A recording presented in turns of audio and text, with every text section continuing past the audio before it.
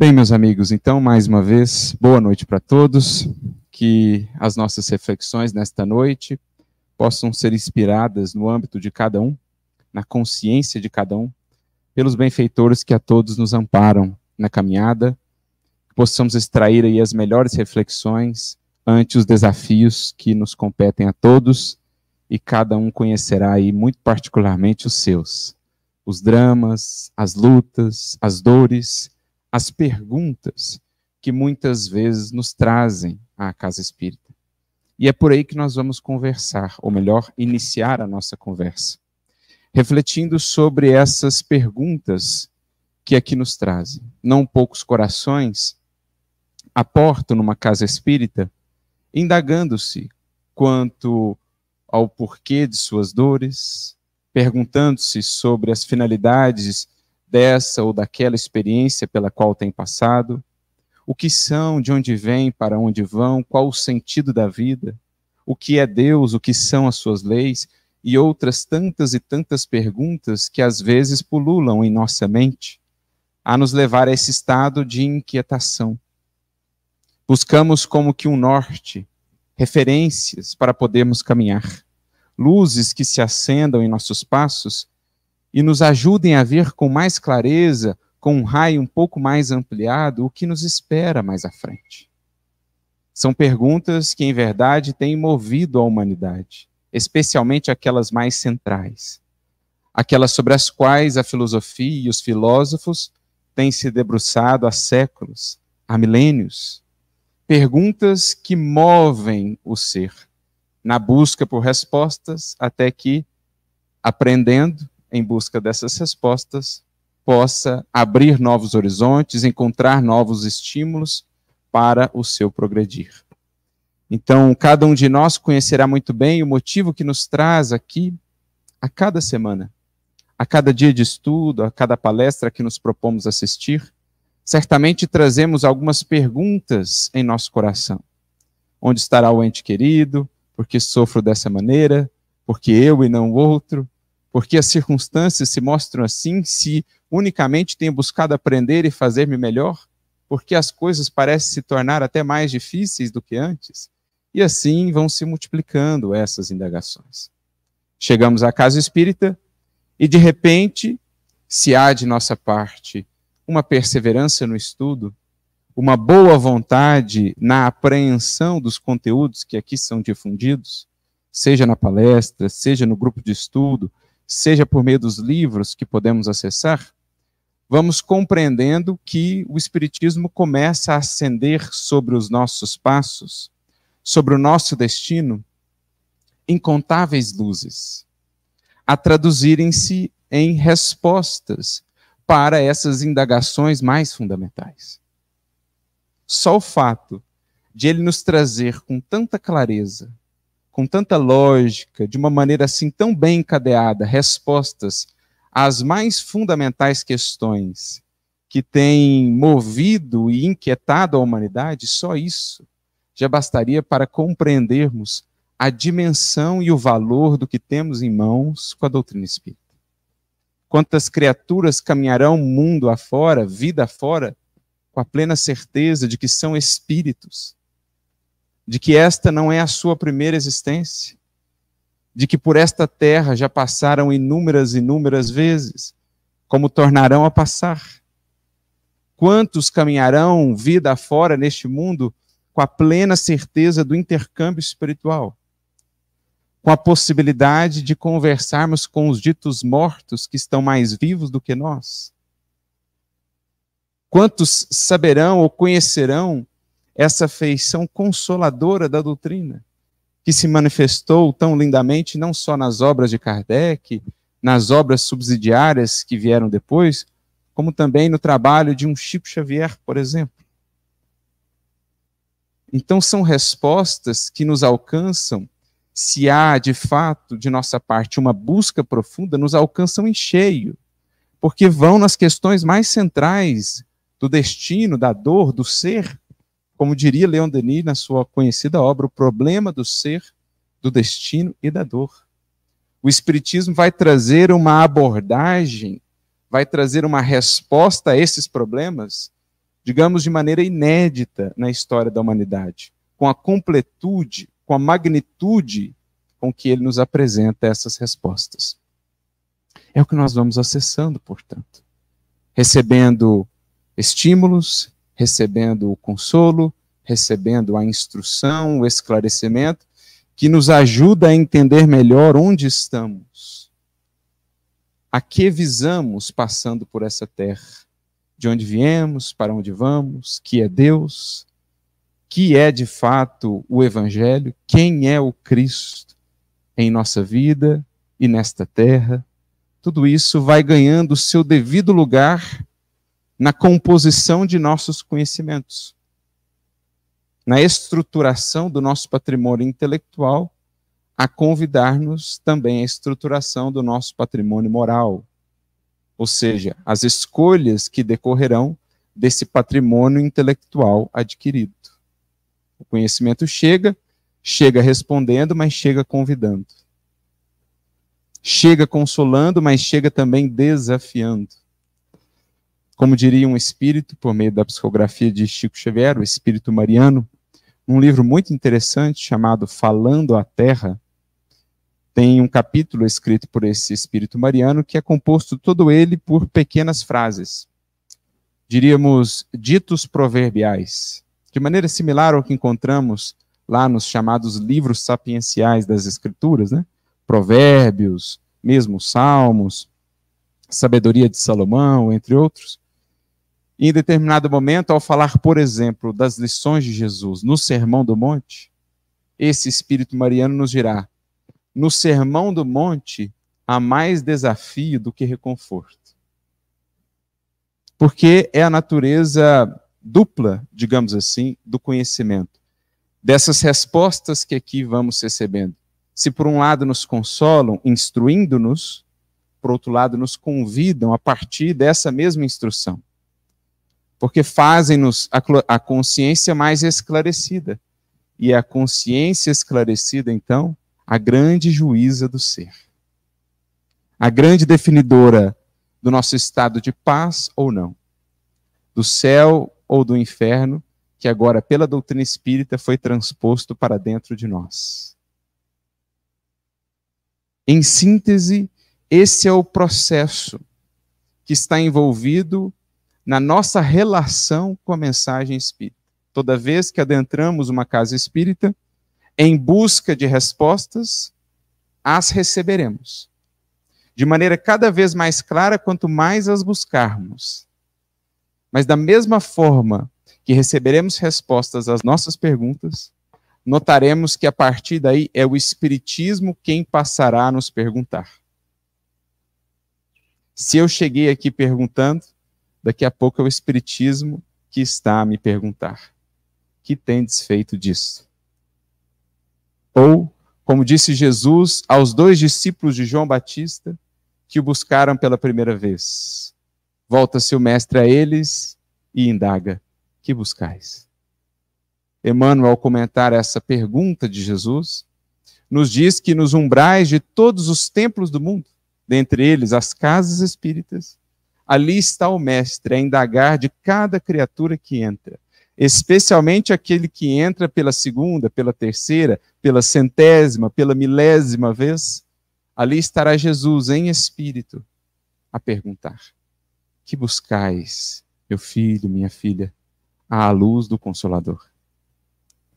As respostas mais fundamentais te foram dadas. Agora é a nossa vez de te perguntar. O Evangelho, o Espiritismo passam então a indagar do ser sobre o aproveitamento do recurso recebido. Porque é da lei, conhecimento sempre atrelado à responsabilidade. Na feliz metáfora que encontramos no livro de Gênesis, em torno da figura de em torno da figura de Adão, quando ele come daquele fruto do conhecimento, alguém já disse: quem quer que coma do fruto do conhecimento é sempre expulso de algum paraíso. Por vezes aqui chegamos inquietos nessa busca por respostas, mas também acomodados em certos aspectos do nosso ser. Aqui buscamos um consolo, um alívio mais imediato, mas talvez ainda não busquemos a solução efetiva e definitiva dos grandes problemas ou dos problemas mais profundos que nos apoquentam, que nos roubam a paz. Em geral, muitas vezes, desejaríamos conciliar a mensagem do Cristo em nossa vida com os nossos antigos modos de ser.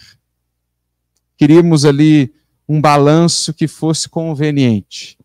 Vou dentro da seara do Evangelho, vou dentro da doutrina espírita até onde me convém, até onde não me será pedido tanto, acreditando que poderei então manter-me como vinha sendo, mesmo conhecendo mais, mesmo entendendo melhor a vida. Mas a verdade com a qual nos defrontaremos mais cedo ou mais tarde é que quanto mais se amplia em nós a consciência, mais difícil será conviver com o que éramos. Mais difícil será manter certos padrões, antigos e velhos hábitos, vícios infelizes. Mais o incômodo se manifestará dentro do ser a partir da distância entre o que ele já alcança de horizonte e aquilo que ele expressa como realização. Quanto maior essa distância, maior o incômodo. E por isso a metáfora bonita lá das Escrituras. Quem quer que coma do fruto do conhecimento é expulso de algum paraíso. Porque então é a própria consciência quem nos impelirá a deixar o que éramos para abraçar o vir a ser. Para abraçarmos o que estamos destinados a ser, reconhecendo que a felicidade, a luz do Espiritismo, ela está inerentemente associada ao progresso do Espírito. Não seremos mais felizes porque as circunstâncias se alterem. Não seremos mais felizes porque recebamos isso ou aquilo conforme desejamos. Só seremos mais felizes de fato quanto mais progredirmos, é o que nos ensina o Espiritismo. Por progresso, aqui entendendo o conhecimento, o progresso intelectual, mas fundamentalmente a renovação do nosso modo de agir, do nosso modo de ser, para nós denominado progresso moral. Mais humildade, mais disciplina libertadora, mais disposição ao perdão, mais disponibilidade a servir sem exigir, mais oferta de amor e compreensão. São esses os pilares da felicidade à luz do Espiritismo, que em verdade só reflete a luz maior do Evangelho de Jesus. A moral espírita não é outra senão a do Evangelho, desenvolvida, explicada, apresentada em toda a sua beleza e em toda a sua pujança. Então é nisso em que nós nos inserimos quando nos propomos a cruzar aquelas portas para conhecer. Movidos pelas nossas perguntas e pelas nossas angústias, recebemos a luz que consola e que alivia num primeiro momento, mas é a mesma luz que há de nos chamar depois. Porque a doutrina espírita trabalha com uma proposta de adesão consciente à nossa evolução. Uma proposta de evolução consciente, digamos assim, em que a mensagem ela não se impõe, ela esclarece, para que então a consciência da criatura é que venha impeli-la ao progresso. Como dizia um grande amigo, o Espiritismo não exige nada, mas espera tudo. Então ninguém vai ficar aqui a correr atrás de outras pessoas, a exigir isso ou aquilo outro em termos de vivência daquilo que foi aprendido. Nem mesmo os nossos benfeitores fazem isso conosco. Amparam-nos à distância, amparam-nos com o seu amor, amparam-nos com as suas inspirações, mas não ficam a nos cobrar. Porque sabem que, uma vez esclarecida a consciência, é ela própria quem vai se cobrar. Ela própria quem será chamada a aderir, ofertando de moto próprio renovação, vida transformada. Então, daqueles que perguntam, passamos àqueles que são indagados pelo Cristo e pela doutrina espírita. E aí que chegamos à mensagem que tomamos por base para o nosso estudo de hoje. Mensagem esta que se encontra no livro O Espírito da Verdade, psicografia de Chico Xavier, em parceria com o Valdo Vieira. E no capítulo 18 dessa obra nós temos uma mensagem do espírito Militão Pacheco, que foi um grande espírita lá na cidade de São Paulo, muito ativo, desencarnou ali por volta da década de 50, mas foi daquelas grandes figuras, médico, homeopata, um dos fundadores da FESP, e reconhecidamente um grande espírita. Ele nos propõe essa reflexão. O título da sua mensagem é O Espiritismo Pergunta. E ele inicia dizendo assim: meu irmão, não te permitas impressionar apenas com as alterações que convulsionam hoje todas as frentes de trabalhos e descobrimentos na Terra.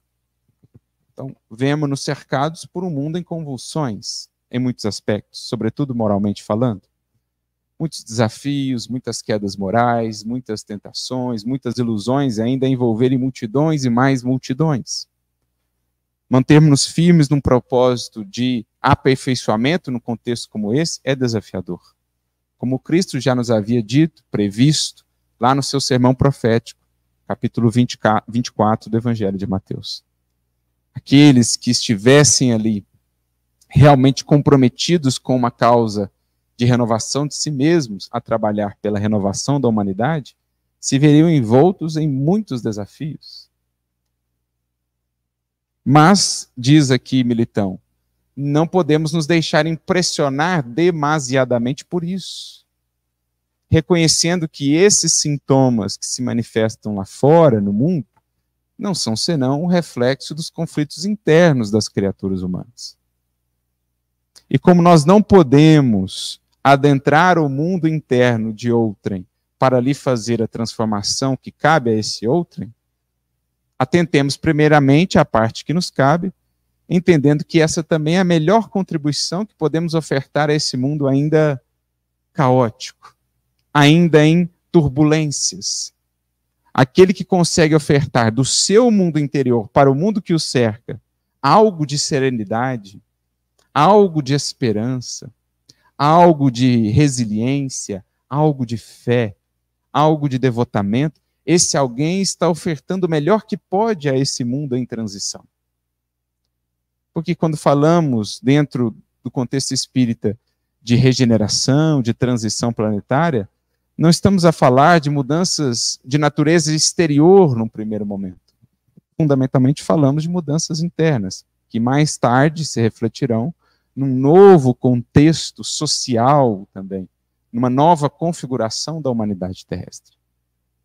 Então, muitas e muitas criaturas impressionadas com os desafios lá fora, no âmbito da convivência, no âmbito das questões entre as nações, da administração, isso, aquilo, outro, as criaturas ficam assim tão preocupadas com isso que esquecem-se do trabalho mais fundamental. E aí, por não edificarem paz, serenidade, confiança em si próprias, acabam por se verem envoltas nesse clima de pessimismo, de angústia que muitas vezes toma conta do mundo ou de muitos corações, e é aí que realmente não conseguem ver além dessas sombras de agora, das nuvens que cobrem os horizontes. Quem, porém, se eleva pelo sentimento e pelo pensamento, projeta-se acima das nuvens, acima dos vales e contempla mais longe. Vai lá no alto em pensamento, vislumbra os horizontes que estão sendo preparados para a humanidade terrestre e desce depois em serviço, ofertando para o mundo o melhor que pôde ajuntar junto às esferas mais elevadas de sintonia. Por isso ele continua, olha para dentro de ti mesmo e mentaliza o futuro. Cuidado para não olhar, para não fixar-se excessivamente nos quadros desafiadores lá fora, esquecendo-te de ti próprio e do futuro a ser construído que começa em você mesmo. O teu corpo físico, do teu corpo espiritual. Então, olhemos para a nossa condição agora, entendamos melhor em que ponto estamos, para também entendermos melhor para onde precisamos ir e de onde temos vindo. Com essa clareza mais bem definida do processo da jornada, estaremos mais habilitados a agir adequadamente onde fomos colocados pelo Senhor da vida. E aí ele começa a fazer uma série de perguntas, ou melhor, uma série de afirmações aqui primeiramente, a respeito dessa nossa trajetória. Algo que aqui aprendemos, à luz do Espiritismo. Ele diz assim: já viveste, quanto nós mesmos, vidas incontáveis, e trazes no bojo do Espírito as conquistas alcançadas em longo percurso de experiências na ronda dos milênios. Então, quando a gente vê aquela resposta no Evangelho, né, Jesus pergunta ao endemoniado, ao espírito, que era ali o obsessor, né, quantos eles eram, quem ele era, e ele responde então: somos, ou me chamo Legião porque somos muitos. A gente pode entender essa resposta do Espírito também num sentido mais simbólico, não propriamente como sendo ali vários espíritos que obsidiavam aquele indivíduo, porque em verdade cada um de nós somos uma legião. Quantos personagens habitam dentro de você? Reis, plebeus, príncipes, guerreiros, sacerdotes, experiências acumuladas, hábitos que nasceram a partir dessas experiências e que ainda estão aí. Alguns já a representarem conquistas, outros pontos a retificar do nosso ser. Tudo isso dentro de nós. Por isso ele fala, no bojo do Espírito, nós trazemos vidas incontáveis, experiências incontáveis, a pedirem de nós reflexão, o que manter, o que deixar para trás. No que investir, no que deixar de investir. Então aqui a gente já tem um pouco dessa ideia das perguntas que o Espiritismo começa a nos fazer. Se antes nós perguntávamos para o Espiritismo o que eu sou, de onde eu vim, para onde vou, o Espiritismo responde: és um espírito, vem de muitas e muitas experiências lá para trás, vai para muitas outras, mas agora, a partir disso, eu te pergunto, o que você quer fazer das próximas? O que você quer conservar das anteriores? Tua mente já dispõe nas criptas da memória, né? Lá na casa mental, como nós vemos na conceituação de Calderaro, André Luiz, no livro No Mundo Maior, lá no subconsciente, onde estão registradas todas essas experiências pretéritas do ser, trazemos nas criptas da memória de recursos enciclopédicos da cultura de todos os grandes centros do planeta. Então, tua mente já dispõe de recursos, de conhecimentos enciclopédicos de praticamente todas as culturas do orbe. Claro que cada espírito tem uma trajetória, viveu mais em determinada região, mais em determinada cultura, tem mais predisposição, tem mais afinidade com certos conhecimentos, mas algo de cada cultura você já traz aí dentro. Uma verdadeira biblioteca, muito maior do que a conhecida Biblioteca de Alexandria, que infelizmente não chegou até nós, mas aí dentro de você. A questão é, quais livros acessar? Quais livros deixar para trás? Quais novos livros incorporar a esse acervo? Teu perispírito já se revestiu com porções da matéria de todos os continentes. Então você já se serviu da matéria de todos os continentes nessa jornada multimilenar. Tuas irradiações, por meio das roupas que te serviram, já marcaram todos os salões da aristocracia e todos os círculos de penúria do plano terrestre. Então, já percorreste os salões da aristocracia, como já percorreste as ruas da amargura, da penúria. Cada um de nós. Tua figura já integrou os quadros do poder e da subalternidade em todas as nações. Você já viveu, já esteve nas posições de poder, de mando, como também tens ocupado muitas vezes as posições de subalternidade, porque é da vida, é da lei divina que saibamos viver em cada uma dessas circunstâncias. Como diria Paulo em uma de suas epístolas, aprendi a contentar-me com o que tenho. Sei viver em abundância, mas sei viver também em penúria. Essa breve descrição de Paulo é belíssima porque ela fala da grande ciência da vida, da sabedoria que todo espírito precisa construir em si, habilitar-se a viver em condições de abundância e em condições de penúria, não só no que diga respeito a posses materiais, mas também, por exemplo, o que diz respeito à saúde. Saber viver com o corpo são, saber viver com o corpo enfermo.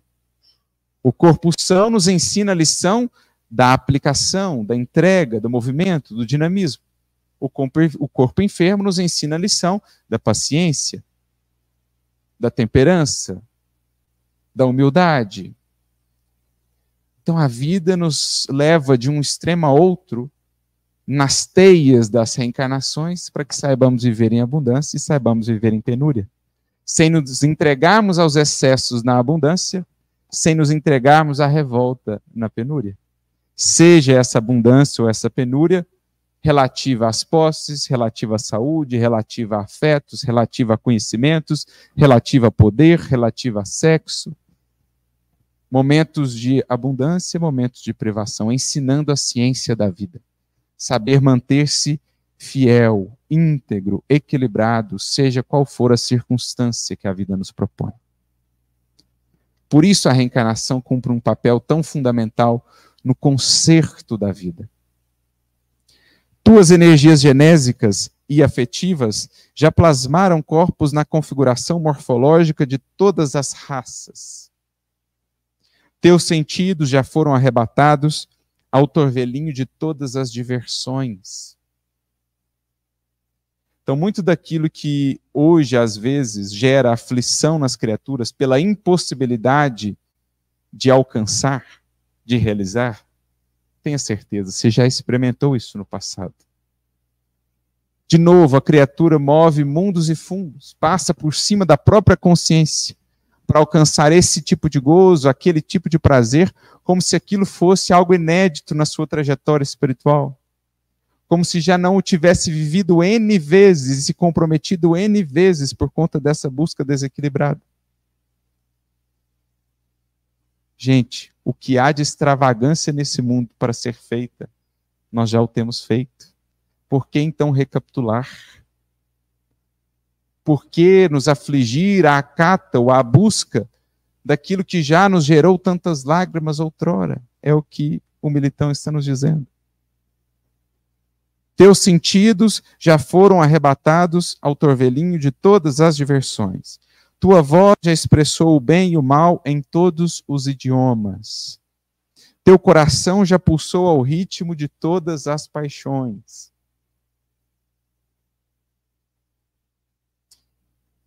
Não há o porquê seguir por caminhos já percorridos a pretexto de experimentar outra vez. Se o caminho, que é também a verdade e a vida, já nos foi ofertado. Seria simplesmente um sinal de rebeldia. Teus olhos já se deslumbraram diante de todos os espetáculos conhecidos, das trevas do horrível às magnificências do belo. Teus ouvidos já registraram todos os tipos de sons e linguagens existentes no mundo. Teus pulmões já respiraram o ar de todos os climas. Teu paladar já se banqueteou abusivamente nos acepipes de todos os povos. Tuas mãos já retiveram e dissiparam fortunas constituídas por todos os padrões de moeda humana. Tua pele, em cores diversas, já foi beijada pelo sol de todas as latitudes.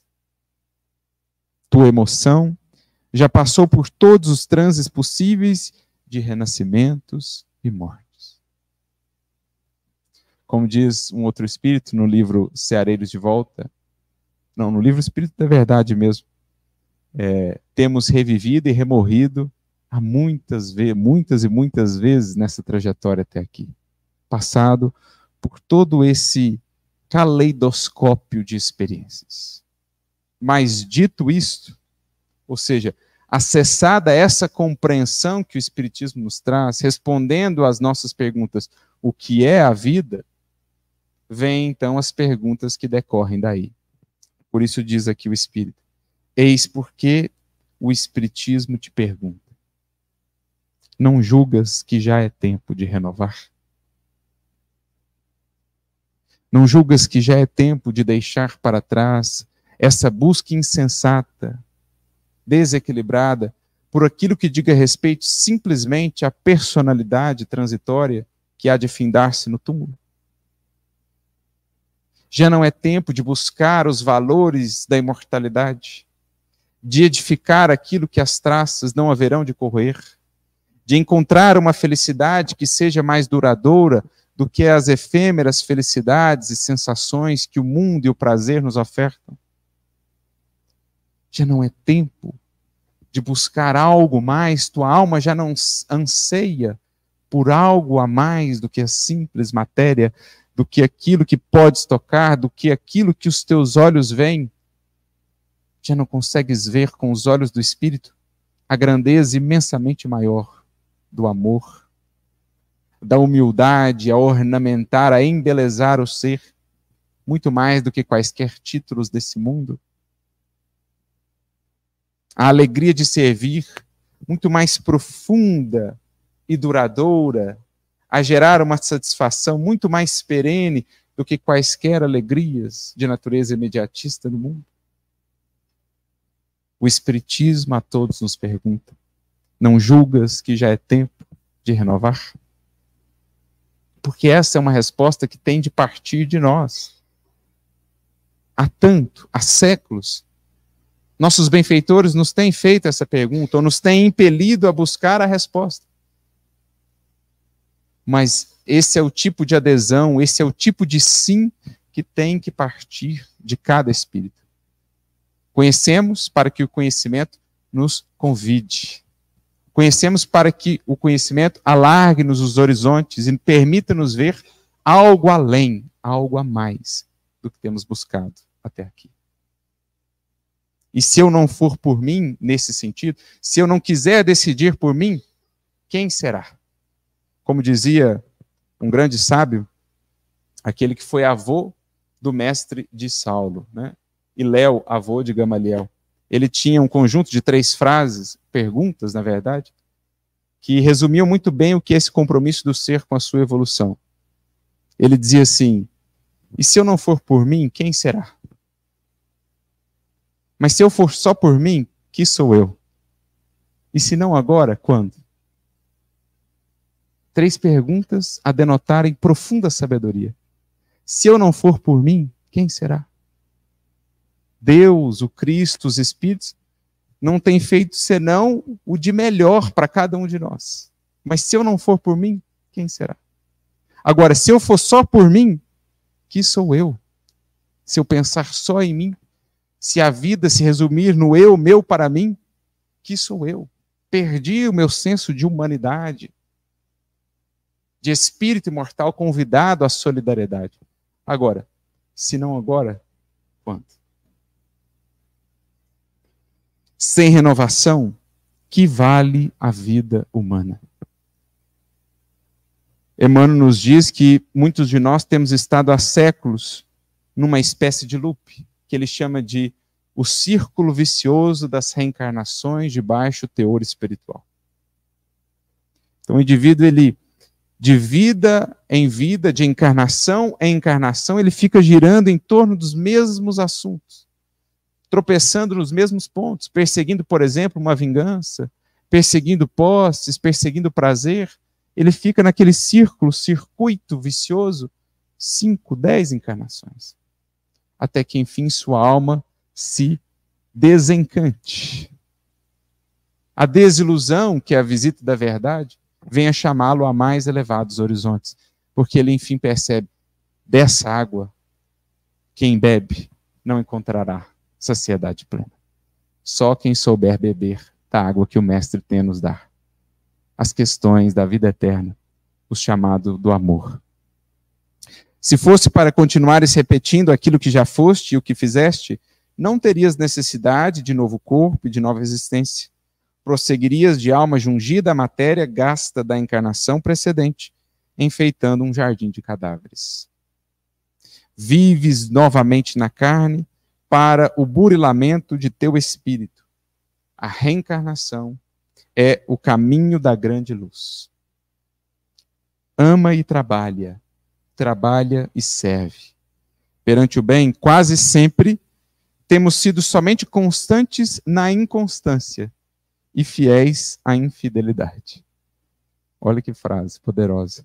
Perante o bem, quase sempre temos sido somente constantes na inconstância e fiéis à infidelidade. Ou seja, temos tido dificuldade em mantermos perseverantes nos propósitos do bem. Falta constância nisso.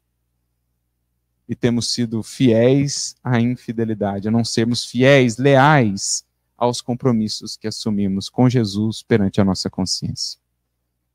Esquecidos de que tudo se transforma, com exceção da necessidade de transformar. Eis uma das, dentre outras tantas, mas uma das mais fundamentais perguntas que o Espiritismo nos faz. Até aqui, tua vida tem parecido uma espécie de labirinto.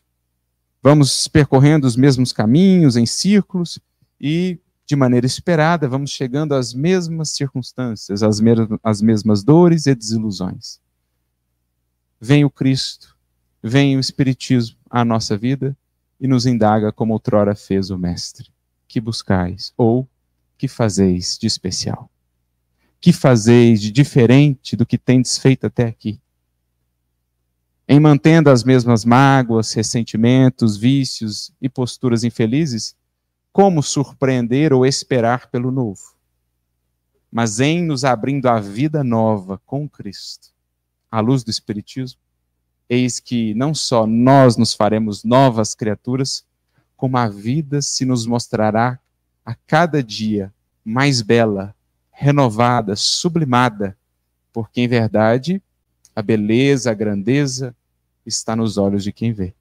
Com a medida com que medirmos a vida nos medirá.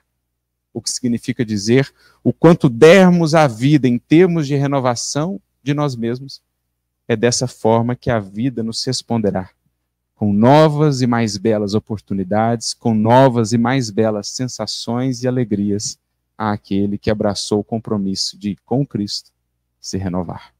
Que Ele, portanto, abençoe e inspire a cada um de vocês e que possamos todos meditar na natureza dessas perguntas, não tanto as que temos perante o Espiritismo, mas especialmente aquelas que o Espiritismo já tem apresentado para cada um de nós. Muita luz e muita paz a cada um de vocês.